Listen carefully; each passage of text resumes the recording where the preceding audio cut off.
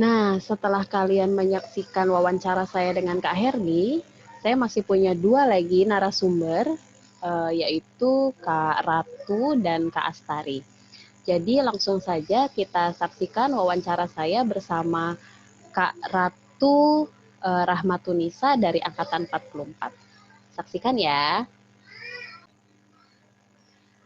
Baik, kita mulai ke narasumber yang kedua, yaitu Ibu Ratu Rahmatunisa dari Angkatan 44.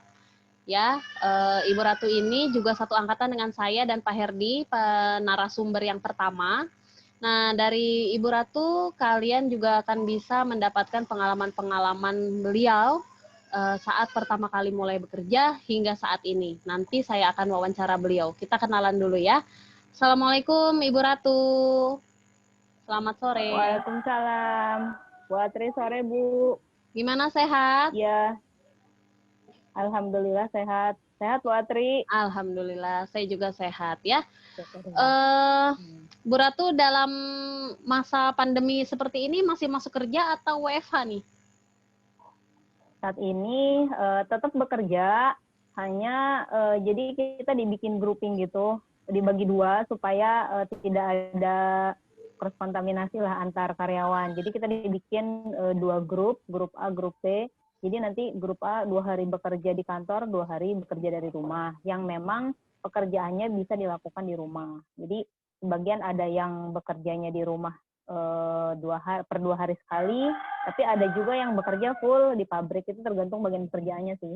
Kalau saya kebetulan di R&D masih ada beberapa pekerjaan administrasi yang bisa dilakukan di rumah, jadi 2 hari WFH, working from home, 2 hari di office. Itu sih Bu. Oh, lumayan ya, masih bekerja di kantor, masih beresiko di jalan ya. Oke, sebelumnya Bu Ratu sekarang bekerja di mana? Saat ini saya sebagai R&D di PT Amerta Indah Otsuka. Jadi saya baru sih di sini ini udah kurang lebih baru 1 tahun setengah lah, 1 tahun setengah di Amerta Indah Otsuka. Amerta Indah Otsuka itu Pocari Sweat ya? Ya. Oh, benar. Untuk produknya ada Pocari Sweat, ada Oronawishi, ada Sojo. Oke. Baik. Nah, Bu Ratu, saya ingin tanya nih, dari dulu kita lulus di tahun 2010, pertama kali masuk kerja itu berapa bulan setelah lulus? Atau jangan-jangan tidak ada waktu tunggu nih, lulus langsung dapat kerja?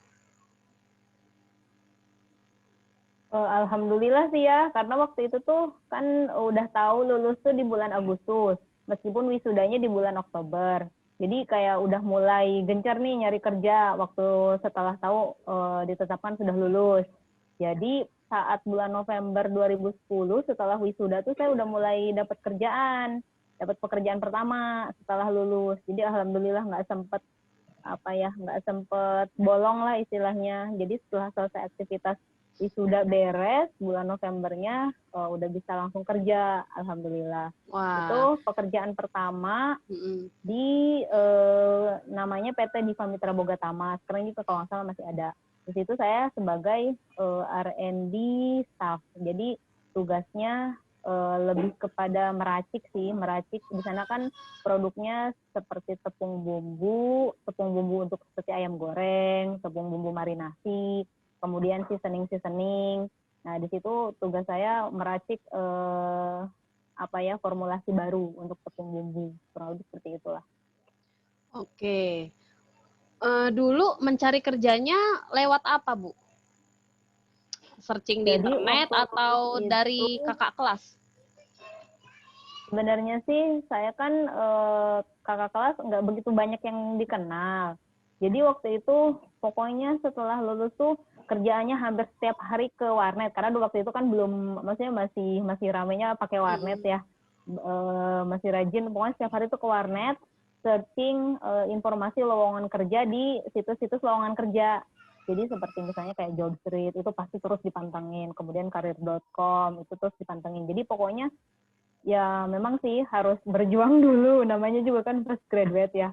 Jadi kayak mesti sebarin banyak isi kemanapun, tapi kalau bisa kan karena kita nih kan karena waktu itu mikirnya tuh setelah lulus saya kan kuliah di bidang pangan ya, kalau bisa sih fokus di bidang pangan gitu, karena memang supaya agak nyambung lah biar supaya nggak terlalu berat, karena kan niatnya setelah lulus memang pengen cepet-cepet kerja gitu. Jadi benar-benar yang dicari itu sesuai dengan background, jadi kalau nggak jauh-jauh dari R&D, dari QA atau QC, jadi itu terus yang dicari. Jadi ngelamar tuh lewat online terus, itu hampir setiap hari tuh bisa 30 saya kirim CV lamaran ke beberapa alamat situs pekerjaan kayak gitu sih. Nah, paling dari 30 atau 50 tuh yang nyantol dipanggil hanya 2, hanya 3 gitu. Karena memang tergantung, karena kan kandidatnya juga banyak ya. Kadang bahkan kita tuh bersaing sama teman sekelas juga pada saat interview, kaget, oh ketemu si ini, oh ketemu si itu gitu sih. Kurang lebih biasanya kayak gitu.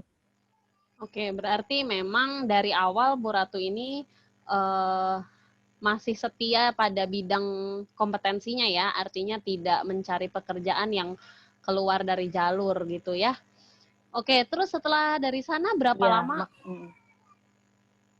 dari jadi di PT sana kurang tadi? lebih sekitar 3 bulan lah. Saya tuh sampai Desember. Nah, waktu itu dengan pertimbangan tinggal di Jakarta sendiri, nggak ada saudara, jadi akhirnya coba-coba pengen mendekatlah ke daerah Bogor, karena kan di Bogor saya masih ada adik ya, jadi pengennya bisa dekat dengan adik saya, kemudian nyari-nyari pekerjaan lain di daerah sekitar Bogor. Nah, waktu itu, kalau yang pekerjaan kedua ini, saya dapat informasi dari teman sih, teman sekelas juga, jadi ada temen tuh dulu SMP 44 juga udah kerja di sana, tapi dia dapat kerjaan di tempat lain. Nah, dia nawarin mau nggak gantiin gitu. Jadi akhirnya coba saya ngelamar, terus coba interview segala macam, tes. Akhirnya saya keterima. Ini perusahaan yang kedua ini di namanya PT Sentra Multirasa Utama. Produknya snack itu loh, snack jajanan Cici Cuba. Oh, iya. Atau kalau yang di Indomaret tuh ada mereknya Mr. Hotes keripik singkong. Jadi Maitos dia juga ya. produk ekstrudat sama ya Maitos ya betul. Karena teman kita banyak itu, sekali yang di Cuba. Pabrik oh gitu Cuba. ya. Sampai Sekarang ya sekarang. iya sih betul. Iya. Terus nggak nyangka juga ternyata setelah beberapa tahun banyak yang masuk ke situ, terus ada yang keluar lagi ya. Inilah kadang memang selama proses mencari pekerjaan tuh kan ini ya cocok-cocokan gitu. Ada yang misalnya cocok pekerjaannya, tapi misalnya kurang nyaman urusan tempat tinggal. Nah, itu juga kadang yang membuat kita tuh kenapa masih suka agak pindah-pindah. Jadi pindah tuh kadang banyak pertimbangan gitu sih biasanya, karena urusan tempat tinggal, kemudian jarak, kemudian kenyamanan dalam pekerjaan, kemudian pekerjaan yang kita handle itu juga ngaruh sih selama kita nyari kerjaan baru atau selama kita bekerja gitu sih. Nah, di pabrik keripik ini, pabrik snack Cuba ini, saya bertanggung jawab sebagai QA dokumen kontrol. Jadi pada saat itu memang di PT Sentra Multirasa Utama belum ada sistem seperti ISO 22000 atau HACCP gitu. Jadi waktu itu saya di-hire untuk bantu create dokumen sistem quality assurance seperti itu sih. Di situ saya kurang lebih selama 2 tahun. Jadi di sana saya sebagai QA 2 tahun kurang lebih.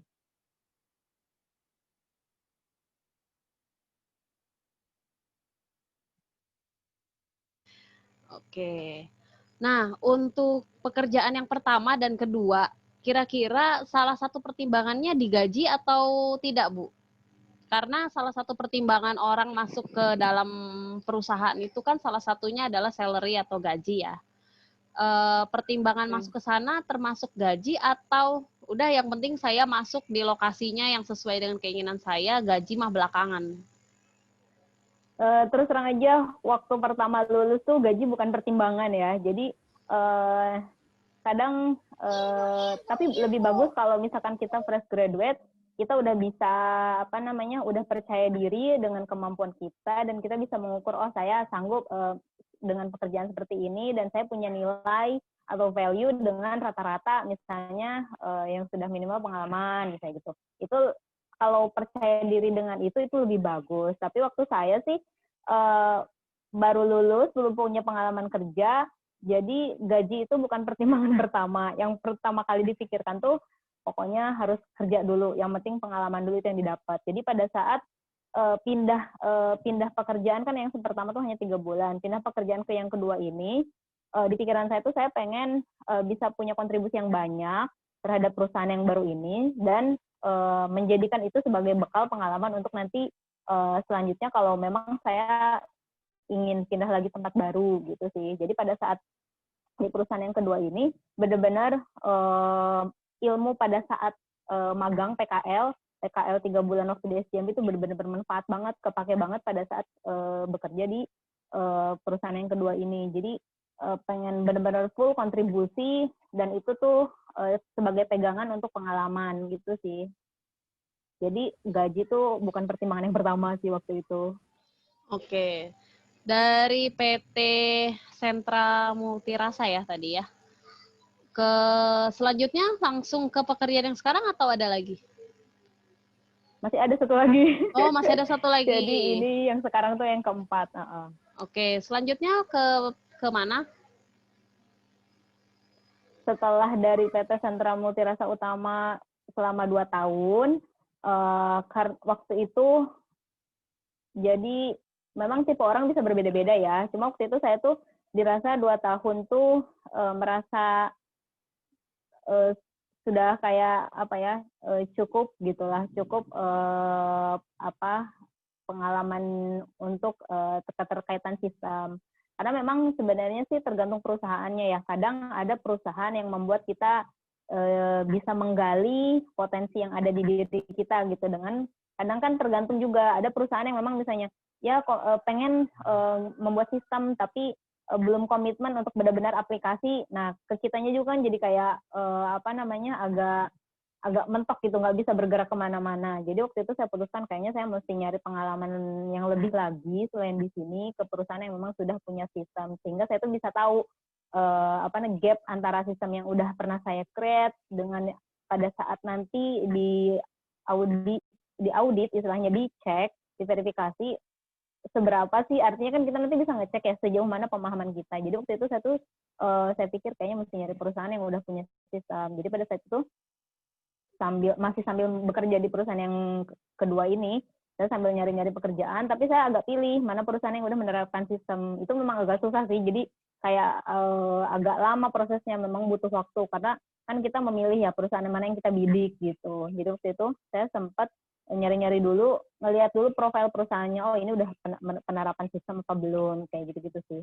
Kan dan tergantung perusahaannya sedang butuh posisi yang dibutuhkannya tuh ada apa tidak gitu. Jadi kebenaran pada saat itu namanya PT Sriboga Bakeries Integra, itu salah satu grupnya Sriboga Ratu Raya, tapi ini khusus produksi roti bakery. Jadi waktu itu mereka sedang membutuhkan QA dokumen kontrol pada saat itu karena mereka benar-benar baru sertifikasi ISO 22005 waktu itu tahun 2012. Nah, mereka sedang butuh orang untuk dokumen kontrol. Akhirnya saya ngelamar di situ, bersaing dengan beberapa kandidat, kotes, kemudian wawancara segala macam. Saya keterima di situ sebagai QA dokumen kontrol. Nah, di Sriboga Bakery ini saya kerja kurang lebih 6 tahun. Jadi tahun pertama saya sebagai QA dokumen kontrol. Di situ saya benar-benar support QA supervisor untuk create dokumen-dokumen sistem, khususnya ISO 20000-2005. Jadi seperti manual, SOP, work instruction, kemudian melengkapi form-form proses, kemudian quality, segala macam kayak gitu sih. Pada saat di Sriboga Bakery. Nah, itu selama 1 tahun saya support untuk di QA. Gitu. Setelah kemudian, 1 tahun? Setelah 1 tahun support di QA, pada saat itu tuh ada vacant untuk R&D. Jadi waktu itu perusahaan, karena kan bidang bakery ini kadang dibutuhkan orang yang sudah minimal punya background tahu dulu di bidang bakery ya. Jadi kalau misalkan harus hire keluar tuh kadang suka agak sulit perusahaan. Jadi perusahaan buka dulu vacant internal. Jadi mereka menawarkan kepada karyawan-karyawan yang sudah bekerja di perusahaan, ada tidak yang bersedia untuk mengisi posisi sisi R&D gitu. Jadi waktu itu saya coba aja karena saya pikir baguslah buat pengalaman kan, nggak ada masalah. Terus kalau kita pindah ke bagian kan kadang bisa juga jadi ada upgrade dari sisi salary gitu. Jadi waktu itu saya coba melamar nih untuk posisi R&D ini. Nah waktu itu interview seperti biasa dengan beberapa kandidat di internal. Ya alhamdulillah saya bisa lolos untuk di R&D. Jadi tahun kedua dan seterusnya sampai akhir tahunnya tahun ke-6 saya di situ sebagai R&D di Sriboga Bakery. Lumayan sih. Jadi waktu tahun pertama jadi R&D cukup struggle juga karena kan kayak di bakery itu bener-bener kayak harus mateng ya. Maksudnya kayak kita mau develop roti itu banyak banget yang harus dipelajarin dulu gitu. Meskipun kita udah belajar di kuliah gitu di kampus, tapi ternyata pada saat kita udah terjun langsung di R&D khususnya roti, banyak teknik-teknik yang kita tuh mesti kayak harus rajin belajar lagi istilahnya, harus kayak praktikum lagi. Jadi waktu itu saya salah satu tahun pertama tuh hampir hari Sabtu dan Minggu tuh selalu masuk kantor karena ingin belajar sendiri cara ngaduk roti segala macam kayak gitu sih. Oke, jadi memang untuk saat ini yang paling lama itu baru yang di Sriboga itu ya, roti ya? Iya, ya. Oke. Nah, dari Sriboga selama berapa? 6 tahun ya R&D ya? Atau 5 5 tahun tahun ya? di R&D, 5 ya. tahun.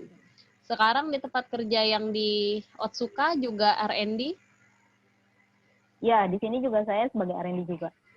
Karena ada background bakery ya, R&D bakery. Jadi di sini saya di-hire sebagai R&D juga dengan pengalaman sebagai baker gitu sih kurang lebih. Wah, keren ya. Nah, kira-kira nih dari pengalaman Kak Ratu di R&D Bakery, kemudian sekarang di R&D di PT Otsuka, apa sih tugas dan tanggung jawab utama dari seorang yang bekerja di bagian R&D? Jadi kalau sepengalaman saya selama di waktu pertama kali kerja jadi R&D, kemudian QA, terus R&D lagi sampai sekarang jadi R&D lagi, secara garis besar sih tugas R&D itu kan namanya juga ya research and development. Tapi sebenarnya tergantung perusahaan. Ada perusahaan tuh, contoh beberapa perusahaan tuh menamakannya departemennya tuh bukan R&D tapi PD atau misalnya product development karena dia tidak melakukan research gitu kan. Jadi hanya lebih kepada product development saja. Tapi kalau misal kebetulan di tempat saya yang sekarang ini disebutnya R&D karena ada research-nya tapi juga ada development-nya gitu. Jadi secara umum sebenarnya tugasnya research ya lebih kepada research sesuai dengan kebutuhan perusahaan. Tapi kalau untuk product development ada dua yang menjadi fokus utama. Pertama untuk existing product dan juga yang keduanya untuk new product. Nah, kalau existing product biasanya cenderung untuk quality improvement dan reduce cost. Jadi meningkatkan mutunya dan menurunkan biayanya. Kayaknya. Ada prosesnya development, ya. Nah, sama yang kedua new product. New product itu benar-benar new product development tuh bisa benar-benar baru, new to the world, atau bisa juga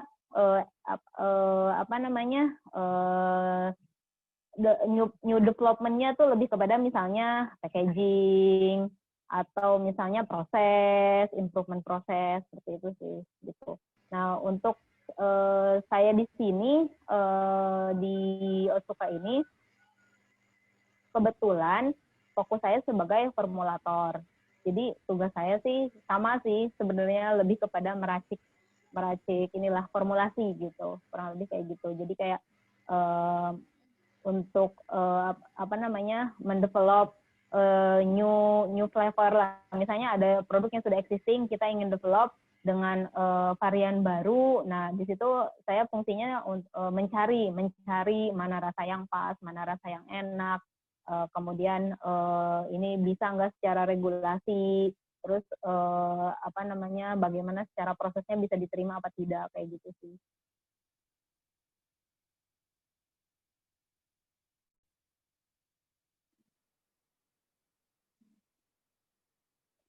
Halo Bu, nggak kedengaran suaranya? Oke, itu tadi cerita tentang tugas dan tanggung jawab R&D ya.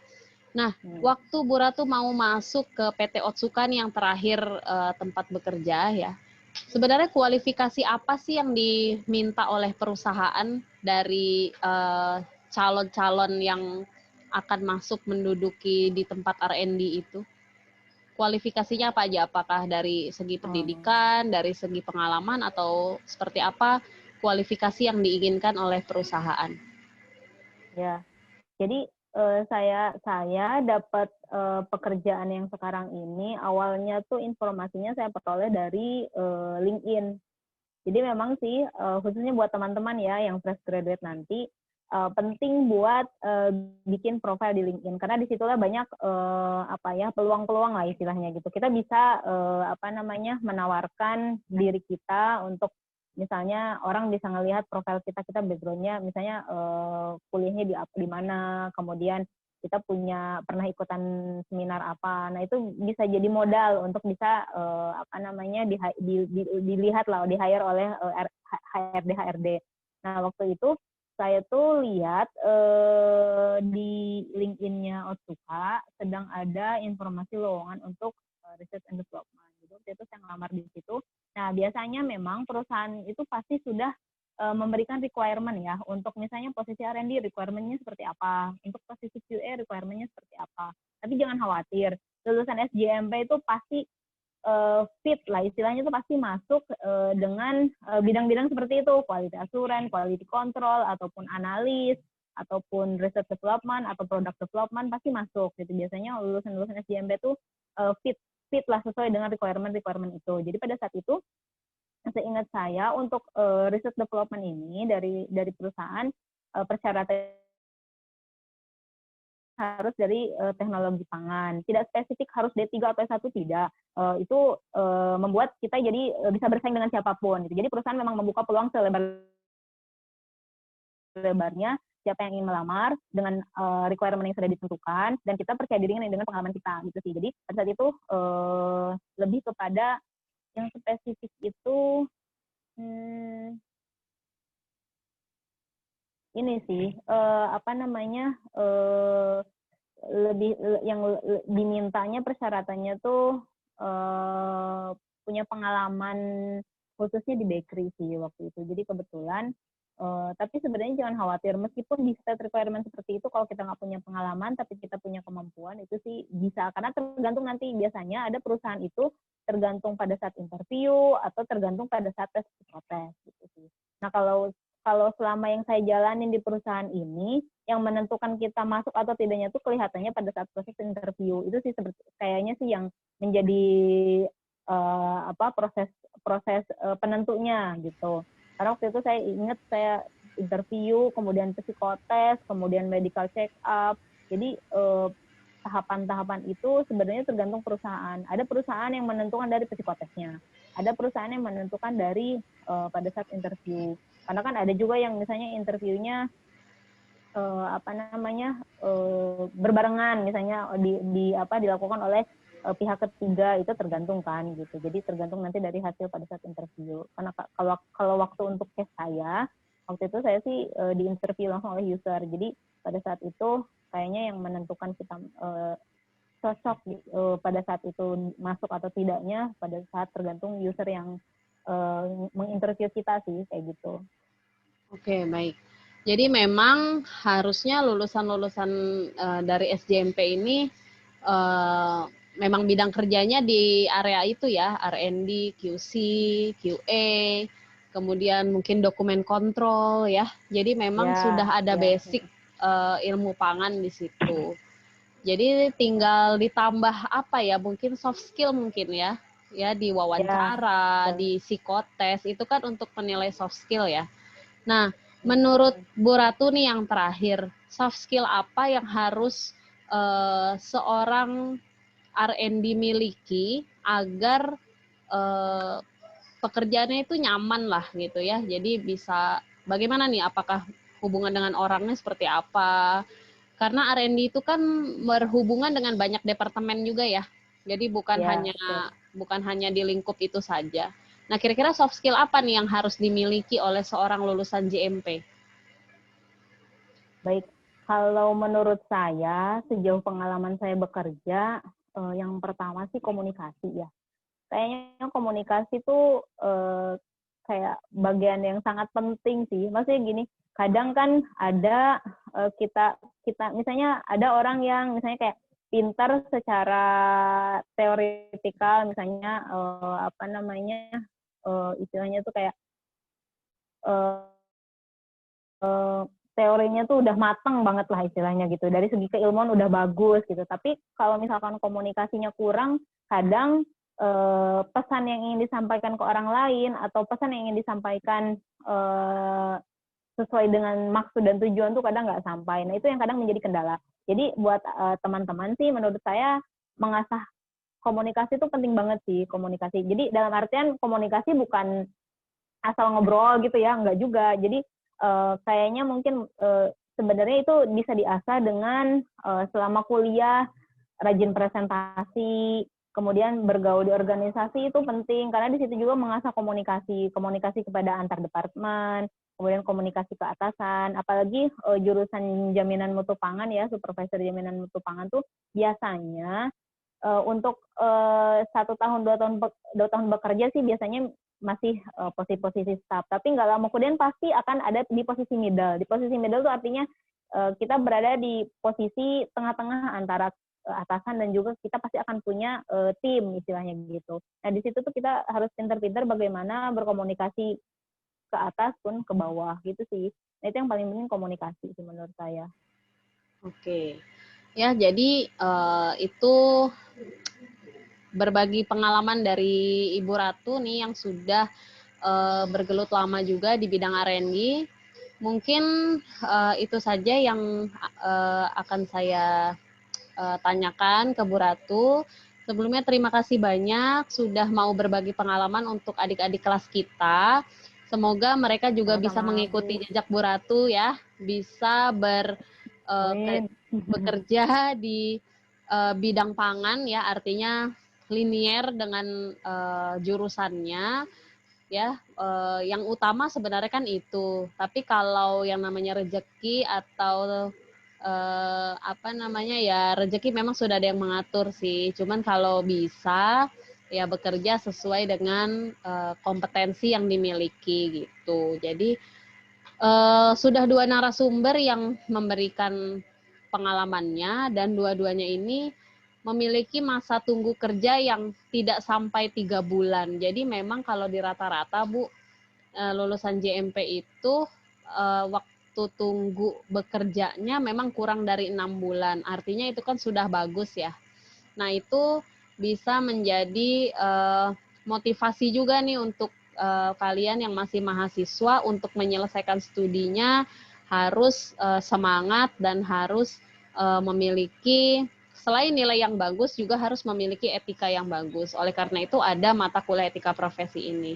Dulu zaman kita nggak ada ya Bu mata kuliah etika profesi ya. Oh iya bener ya. Dulu mata Bertemu kuliah adik-adik. iya, dulu etika profesi itu hanya diberikan saat kita mau PKL. Ya, lupa ya. Dulu hanya mau hanya diberikan saat mau PKL, artinya dibekali dengan mata kuliah etika profesi. Kalau sekarang etika profesi 1 semester, artinya mereka harusnya bisa lebih matang lagi, baik hard skill-nya maupun soft skill-nya ya, seperti itu. Terima kasih sekali lagi Bu Ratu sudah mau hadir di podcast Ngobrol Bersama Alumni. Sudah mau saya wawancara, mengganggu waktu sore harinya. Mudah-mudahan apa yang kita berikan ke adik-adik kelas ini bisa bermanfaat ya. Terima kasih banyak. Terima kasih Bu Atri ya. Ya. Baik, setelah ini masih ada 1 narasumber lagi yang akan saya wawancara. Untuk itu kita lanjut ke narasumber berikutnya ya. Terima kasih ya Bu Ratu. Saya tutup ya. Selamat sore. Terima kasih juga ya. Ya, Sore. Assalamualaikum.